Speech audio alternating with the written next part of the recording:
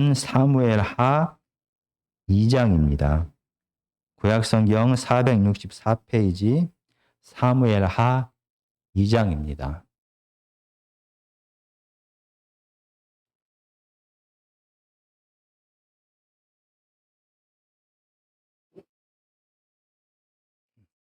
세상에는 여러 가지 다양한 부모님이 존재합니다.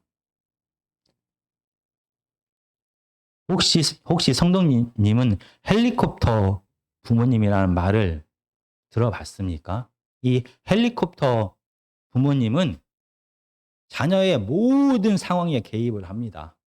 그래서 자녀 대신 부모가 자녀의 문제를 직접 해결합니다.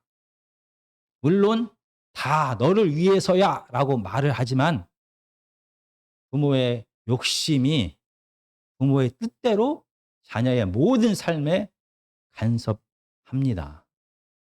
반면에 어떤 부모는 마치 고아처럼 자녀를 방치합니다. 정말 어떤 부모가 좋은 부모일까요? 도대체 완전한 한 인격체인 자녀의 삶에 부모가 어느 정도 개입하는 것이 옳습니까? 그리고 어느 정도 개입하는 것이 가능할까요?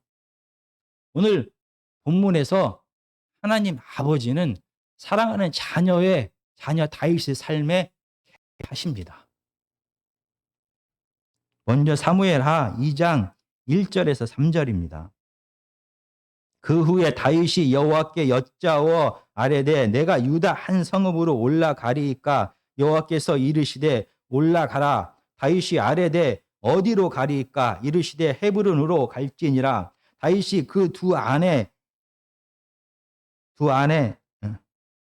이스라엘 여인 아히노암과 갈멜 사람 나발의 아내였던 아비가일을 데리고 그리로 올라갈 때에 또 자기와 함께 한 추종자들과 그들의 가족들을 다윗이 다 데리고 올라가서 헤브론 각 성읍에 살게 하니라.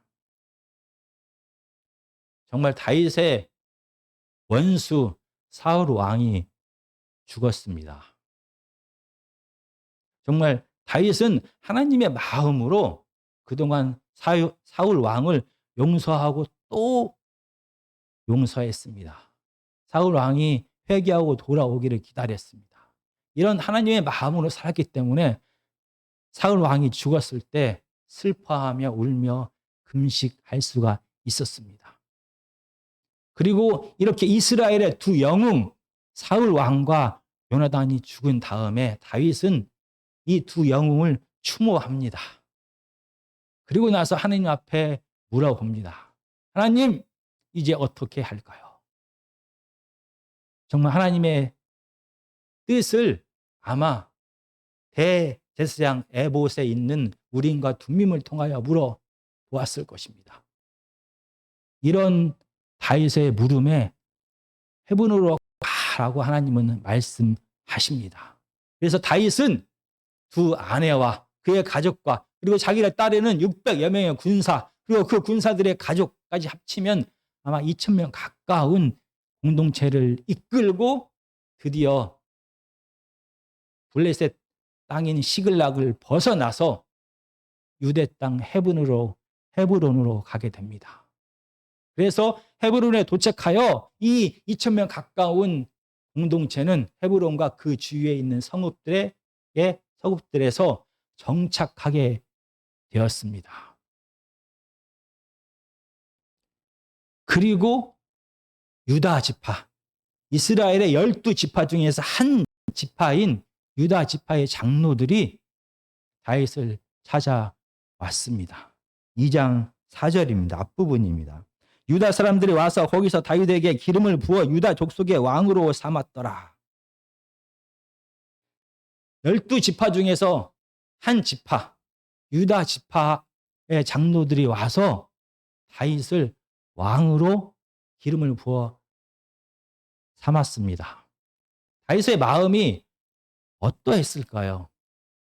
이제 더 이상 유다 광야를 도망쳐 다니지 않아도 됩니다. 이제 더 이상 눈칫밥 먹으면서 블레셋 이방 땅에서 숨어 살지 않아도 됩니다. 다윗은 만족했을까요? 성경은 다윗의 마음에 기록되어 있지 않습니다. 그러나 제가 다윗이라면 하나님 앞에 서운했을 것입니다. 혈기왕성한 나이에 그는 목자로 일하고 있을 때 사무엘을 통하여 하나님의 기름 부음을 받았습니다. 그리고 아마 12년에서 15년의 세월이 지나서 지금 30살이 되었습니다. 그동안 골리앗을 무찌르고 사울 군대의 장관이 되었지만 사울의 시기와 질투로 인하여 7, 8년, 어쩌면 10년 정도 도망자 생활을 계속 했습니다. 혼자였던 그가 지금은 2천여 명이나 가까이 되는 소외된 자들의 공동체의 리더로 섬기게 되었습니다. 사울이 죽었습니다. 이스라엘 땅으로 돌아왔습니다. 하나님의 약속이 성취될 때라고 저는 생각합니다. 그런데 다윗은 하나님의 약속대로 온 이스라엘의 왕이 된 것이 아니라 한 지파 유다의 왕이 되었습니다. 왜 나머지 지파들은 다윗을 찾아오지 않았을까요? 흩어져 사는 레위 지파를 제외하고 11지파는 왜 다윗을 찾아와서 그들의 왕이 되어 달라라고 요구하지 않은 것입니까? 아마 유다 지파와 레위 지파를 제외한 11지파는 다윗이 사울의 죽음에 관여했을 거다라고 생각했을 것입니다. 사무엘상 후반부와 사무엘 하는 계속해서 다윗이 사울 왕의 죽음에 관여하지 않았다라는 것을 강조합니다. 그래서 다윗은 도망 다녔지만 사울 왕을 먼저 공격하지 않았습니다. 사울 왕은 자기의 온 군사력을 동원하여 다윗을 죽이기 위해 모든 수단과 방법을 다했지만 싸움에 능한 다윗과 그의 군사들은 밤이라도 몰래 침범하여 다윗을 죽이지 않았습니다. 사울을 죽이지 않았습니다.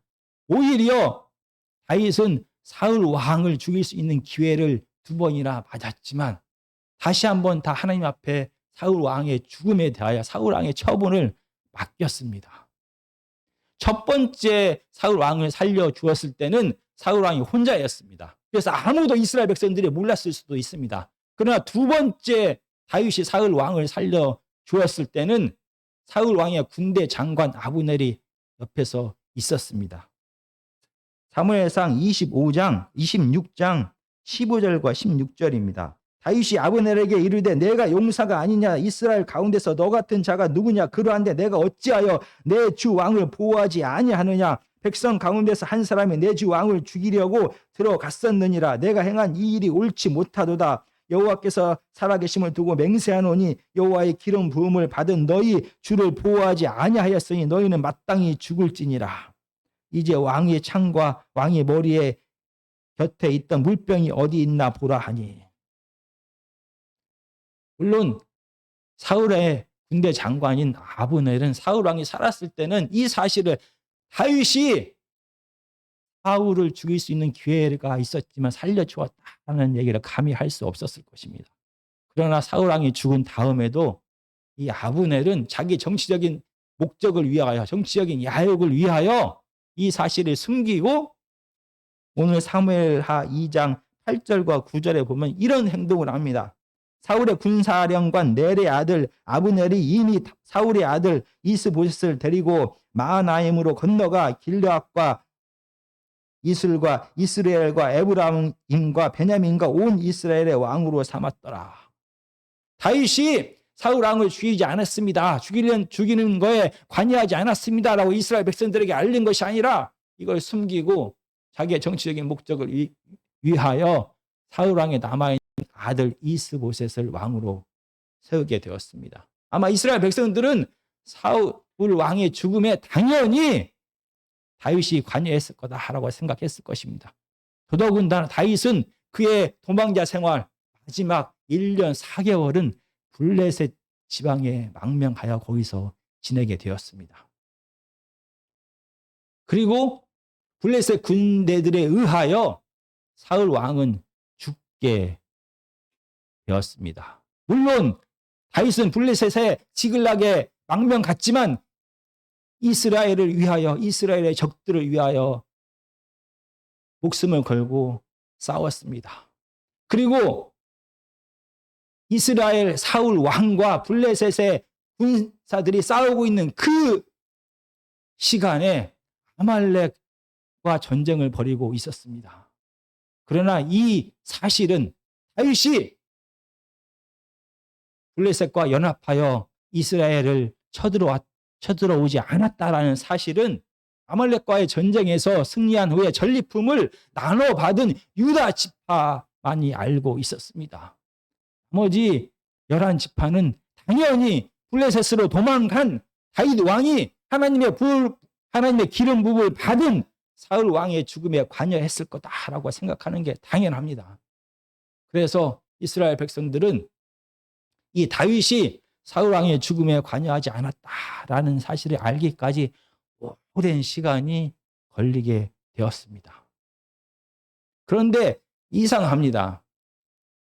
왜 모든 것을 알고 계신 하나님은 이 사건에 개입하고 있지 않은 것입니까?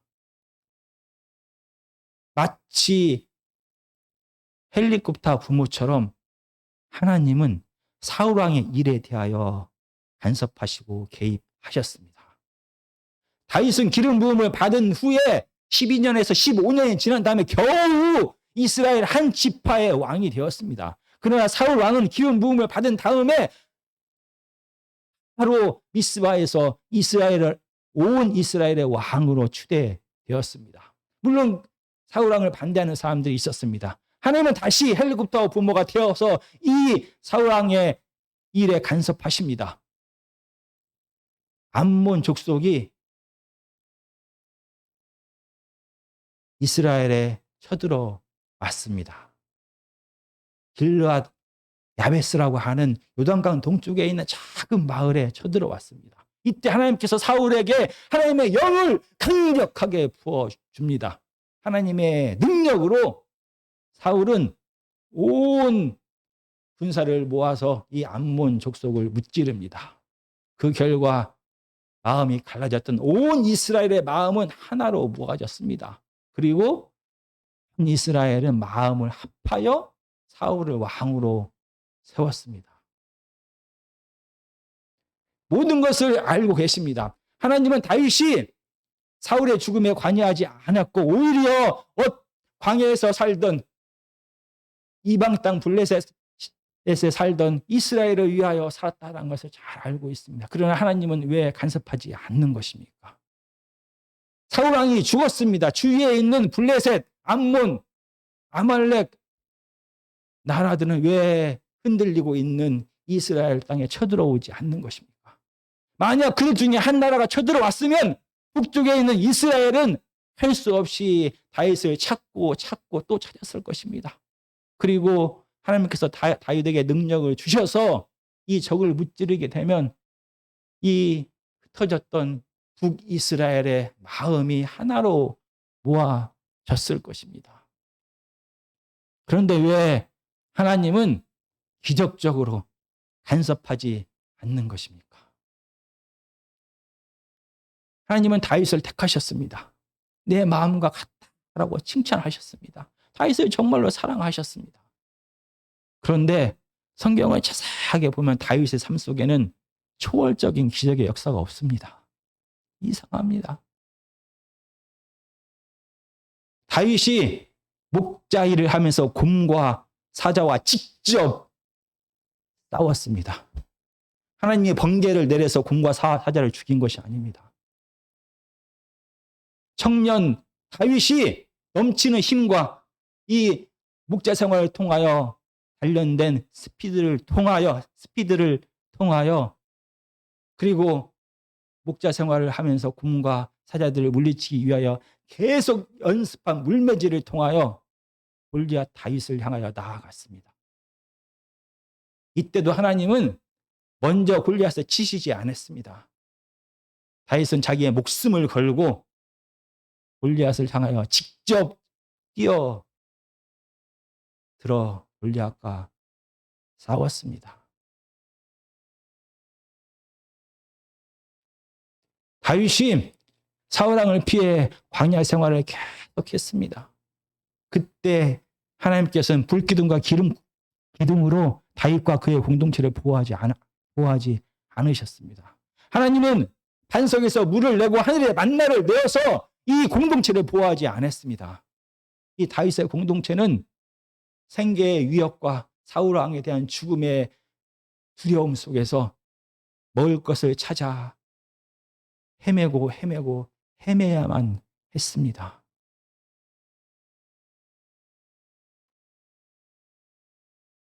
그리고 다윗이 블레셋으로 망명했을 때도 마찬가지입니다. 다윗은 자기를 따르는 이 2,000명 가까운 사람들을 먹이기 위하여 블레셋 가드 왕 앞에서 비굴하게 아첨하고 거짓말을 해야만 했습니다. 그리고 뒤에서는 이스라엘의 적들과 싸워서 온전히 무자비한 것처럼 모든 적들을 다 죽여야만 하는 야수의 모습으로 살았습니다. 마치 어미 사자에 의하여 낭떠러지에 떨어진 새끼 사자처럼 다윗은 온 몸으로 고통과 두려움과 아픔과 슬픔과 생계에 대한 위협까지 다 온몸으로 맞아야만 했습니다.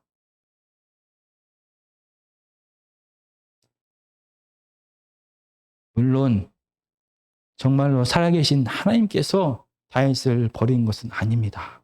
이 사무엘상에서 계속해서 반복되는 단어는 하나님이 다윗과 함께 하셨다라는 말입니다. 사무엘상 16장 13절에 보면 사무엘이 기름 뿔병을 가져다가 그의 형제 중에서 그에게 부었더니 그날 이후로 다윗이 하나님의 영에게 크게 감동되니라. 16장 18절입니다. 소년 중 한 사람이 대답하여 이르되 내가 베들레헴 사람 이새의 아들을 본즉 수금을 탈 줄 알고 용기와 무용과 구변이 있는 준수한 자라. 여호와께서 그와 함께 계시더이다. 그리고 17장 37절입니다. 또 다윗이 이르되 여호와께서 나를 사자의 발톱과 곰의 발톱에서 건져 내셨은즉 나를 이 블레셋 사람의 손에서도 건져 내시리이다. 18장 12절입니다. 여호와께서 사울을 떠나 다윗과 함께 계심으로 사울이 그를 두려워한지라. 14절입니다. 다윗이 그의 모든 일을 지혜롭게 행하니라. 여호와께서 그와 함께 계시니라. 사무엘상 23장 14절입니다. 다윗이 광야의 요새에서도 있었고 또 10광야 산골에도 머물렀으므로 사울이 매일 찾되 하나님이 그를 그의 손에 넘기지 아니하시니라. 정말로 하나님께서는 다윗과 함께 계셨습니다. 다윗이 곰과 싸울 때도 골리앗과 싸울 때도 사울을 피해 광야 생활을 할 때도 하나님께서는 분명히 함께 하셨습니다. 그러나 헬리콥터 부모처럼 이 자녀의 모든 필요를 직접 개입하여 해결하지 않으셨습니다. 다윗의 온전한 인격 제됨을 하나님은 인정하셨습니다. 하나님의 뜻을 분명히 다윗에게 드러내고 하나님의 뜻대로 다윗의 삶을 인도하셨습니다. 그러나 다윗으로 하여금 그가 스스로 결정할 수 있는 자유를 그에게 주었고 이 결정에 대한 책임을 그로 하여금 지게 했습니다. 그리고 다윗이 할 수 없는 부분에 대해서는 하나님께서 그 일을 다윗 몰래 하셨습니다. 정말 하나님의 뜻대로 살아가던 다윗입니다. 어려움과 두려움 가운데서도 이스라엘 땅을 버리지 않고 그 속에서 하나님의 뜻을 이루어지기를 간절히 바랬던 다윗입니다. 그러나 이 수많은 사람들의 삶을 그는 책임져야 될 지도자입니다. 더더군다나 사울은 아무리 용서하고 용서해도 변하지 않습니다. 이런 절망감과 책임감이 그로 하여금 이스라엘 땅을 떠나게 했습니다. 블레셋 땅으로 도망가게 했습니다. 그때에도 정말로 하나님께서는 그 다윗을 다리 몽둥이를 부러뜨리지 않았습니다. 그의 결정을 인정하셨습니다. 대신에 다윗이 블레셋 땅으로 들어감을 통하여 결국 블레셋과 연합하여 이스라엘과 전쟁을 해야 될 위기가 찾아왔습니다.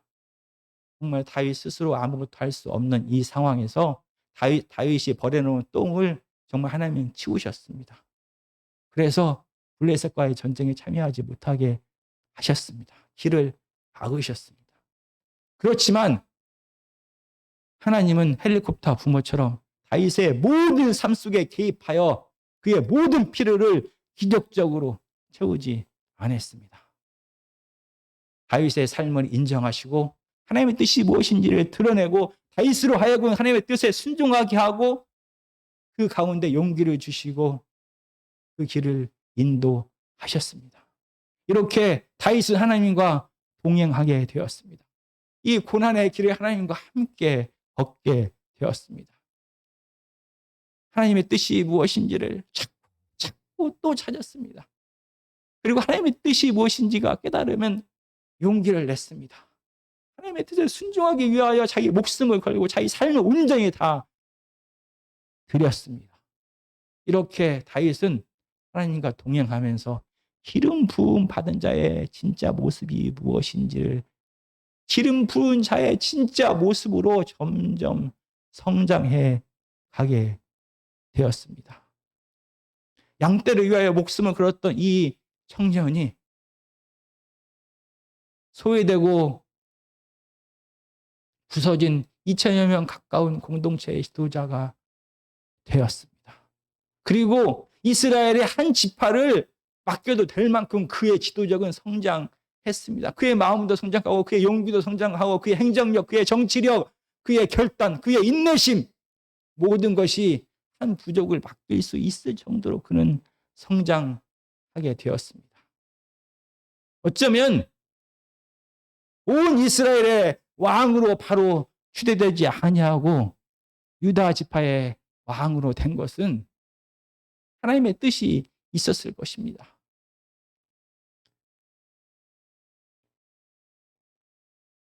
이스라엘 땅은 혼자 다스리는 것이 아닙니다. 다윗을 추종하는 다윗의 공동체, 다윗에게 충성하는 사람들이 이스라엘을 함께 다스리는 것입니다. 어쩌면 아직 이스라엘 공동체, 다윗의 공동체가 그런 일을 다윗을 온전히 지지하고 충성하고 그의 잘못된 길로 갈 때는 잘못되었다라고 얘기할 정도로 함께 나라를 다스릴 정도로 잘하지 못했을지도 모릅니다. 그리고 11지파가 아직은 다윗을 향하여 마음을 열 상태가 안 됐는지도 모릅니다. 그리고 하나님께서 이스라엘뿐만 아니라 온 가나안 땅이 아직은 통일된 이스라엘을 맞을 준비가 안 되었는지도 모릅니다. 그리고 더 중요한 것은 지금 다윗의 마음 상태가, 다윗의 그릇이 지금은 한 지파를 맡길만 한 그 정도였다는 것입니다. 정말 저 같았으면 서운했을 텐데 다윗은 하나님 앞에 감사했습니다. 하나님을 인정했습니다. 그리고 한 지파를 다스리면서 온 이스라엘을 향한 하나님의 뜻을 믿고 하나님을 신뢰하고 한 걸음 한 걸음 발을 내딛기 시작했습니다. 사무엘하 2장 4절 후반부와 7절까지는 길르앗 야베스에 대한 이야기를 합니다. 길르앗 야베스는 남쪽 유다에 있는 지파가 아니라 북쪽 지파의 겨우 한 마을입니다. 그러나 다윗은 하나님을 믿고 하나님을 신뢰함으로 하나님의 꿈, 하나님의 약속, 온 이스라엘을 향한 그 약속을 믿고 한 걸음 나아갑니다. 길르앗 야베스에게 사신을 보내서 북을 향한, 온 이스라엘 향한 그의 발걸음을 내딛게 됩니다. 정말 하나님은 살아 계십니다. 그 하나님은 우리를 너무나 사랑하십니다. 그래서 우리에게 자유를 주셨습니다. 그렇지만 하나님은 하나님의 뜻을 여러 가지 방법을 통하여 우리에게 드러내십니다. 그래서 우리가 스스로 선택하여 하나님의 뜻을 알게 하십니다. 그리고 우리가 용기를 내서 힘들고 어렵지만 온 마음을 다해서 하나님의 뜻에 순종하는 길을 가기를 원하십니다. 이렇게 우리가 하나님의 분량까지, 하나님이 생각하는 기름 부음 받은 자의 분량까지 자라기를 원하십니다. 동시에 하나님의 뜻은 어떤 방해에도 불구하고 반드시 성취가 됩니다.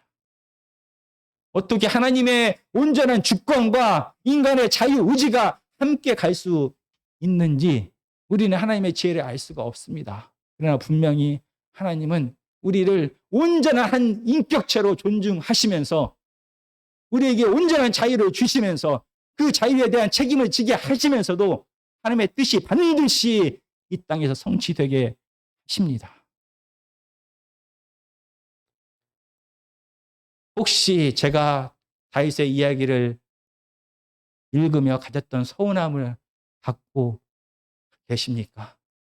나는 다 준비가 되었는데 왜 유다 지역에만 머물게 하는지 서운하십니까? 왜 하나님께서 직접 개입하셔서 이 문제를 해결하지 않는지, 그래서 나에게 한 이 약속을 성취하지 않는지 하나님을 원망하십니까? 하나님의 지혜를 우리는 알 수가 없습니다. 하나님이 이 땅을 어떻게 다스리는지 하나님의 지혜를 다 알 수는 없습니다. 그러나 분명한 것은 하나님은 우리를 사랑하십니다. 그분은 선하십니다. 그분의 뜻은 반드시 성취가 됩니다. 우리를 인정하고 우리에게 자유를 주시고 우리로 하여금 이 자유롭게 우리가 선택한 이 모든 일에 책임을 지게 하시면서도 하나님의 뜻은 성취가 됩니다. 어쩌면 지금 우리가 우리의 그릇이, 우리의 마음이 여기까지, 유대까지인지도 모릅니다. 하나님은 나만 다스리는 것이 아니라 온 세상을 다스리십니다. 나를 향한 축복이, 나를 향한 약속이 다른 사람들과의 모든 관계 속에 함께